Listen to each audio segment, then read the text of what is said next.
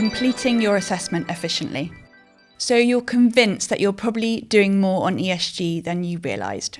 Great. Now let's talk about how to actually complete this assessment efficiently, because I know you're busy and you don't have unlimited time to spend on this. The assessment phase comes down to answering 3 critical questions. First, what are we already doing? This is about uncovering and documenting the ESG work that's happening across your organisation. Second, what's working well that we can build on? This is about identifying your strengths and quick wins. And third, what are the obvious gaps that we need to address? This is about being honest about where you're weaker or where you have compliance risks. Now, here's the reality of doing this alone. When companies try to complete an ESG assessment without any support or tools, they estimate it takes between 40 and 60 hours of work. That's 1 to 2 weeks of full-time effort. And that's just the assessment. That's before you've actually done anything to improve your ESG performance. This is where the Future Plus platform makes a massive difference. Our customers typically complete their assessment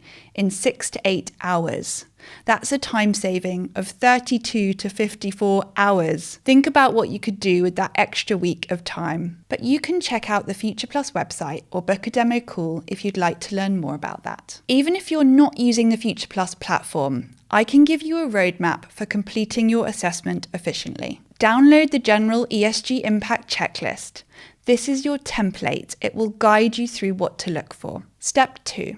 Schedule short meetings with each department. You don't need hours, 30 minutes with your finance director, 30 minutes with your operations manager, 30 minutes with your HR manager, and 30 minutes with your compliance officer. Walk through the relevant sections of the checklist with each of them. Step 3. Gather evidence. Ask each department to send you the actual documents or data. Don't just take their word for it. Get the utility bills, the HNS reports, the training records. This evidence will be important later when you need to demonstrate your ESG performance to customers or auditors. Step 4, identify gaps. As you work through the checklist, you'll see where you have strong data and where you have gaps.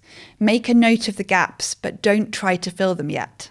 That comes in the next phase. Step 5, calculate your baseline. What's your total energy consumption? Your carbon emissions, your employee turnover rate, your training hours per employee.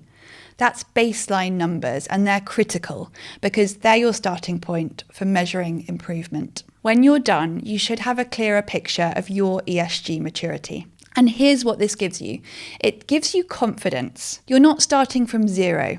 It gives you credibility. You can now answer customer ESG questionnaires with real data. It gives you clarity. You can know exactly where your gaps are and where you need to focus. And it gives you a baseline. You can measure your progress from here. Now, I know some of you are thinking this all sounds like a lot of work.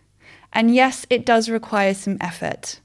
But remember, this is a one-time exercise. Once you've completed your initial assessment, maintaining it is much easier. And the alternative, ignoring ESG until you're forced to scramble, is far more painful and expensive. So here's my challenge to you. Download the General ESG Impact Checklist right now. Schedule those department meetings this week and commit to completing your assessment in the next 2 weeks.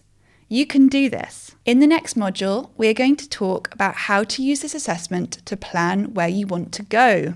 Because knowing where you are is only valuable if you use it to chart your course forward.